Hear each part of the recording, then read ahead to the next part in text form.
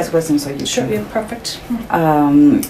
What about digital sociology, and Oh yeah, it's part of digital? absolutely right. So they're like in anthropology, Yes. and I mean, if you look at a lot of the big companies now, like IBM and what have you, they have anthropologists there. Why? Because it's all about the narrative. It's all about hearing and understanding and analysing, say, what a customer wants.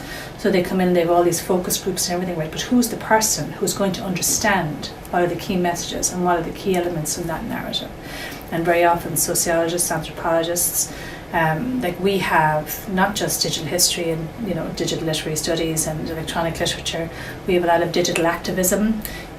We have people who are creators, what Lawrence Lessig in his book The Future of Ideas, or maybe it's Free Culture, I can't remember, one of those books, he speaks about the 1990s being where people are consumers of culture, whereas we need to make people who are producers, who produce that culture, right?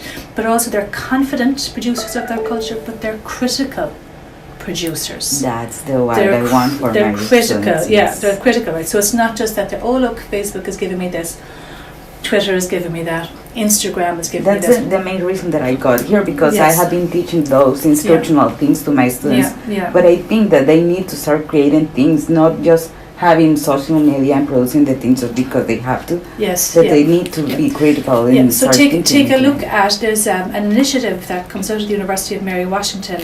A man called Jim Groom, amongst others, have done the Domain of One's Own initiative, right?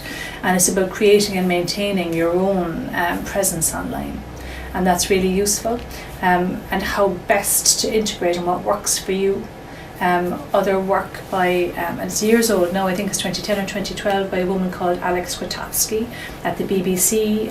She did work on it's a series called The Virtual Revolution, but in the middle of that is a documentary called The Cost of Free. And by using all this free stuff, it's great,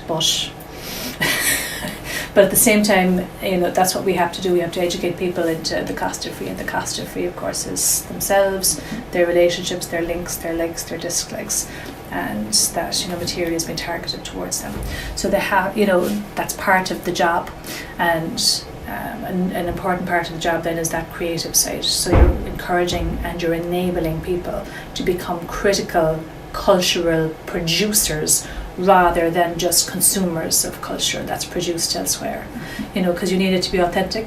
So Go DH is huge, so Global Outlook DH, that, and Caribbean DH, and there's a multiplicity of DHs that happen, and it's no longer just that kind of binary of the linguistic people in Europe versus the text people in North America, and it's come out of that whole Anglophone kind of focus, if you like, and it's much more distributed, and it's better because of that, I think. So whether it is intersectional DH or like I said, Global Outlook, Go DH, all of those things have pushed the discipline forward, and it's a good thing. It's a good thing. Okay, cool. Thank you so much.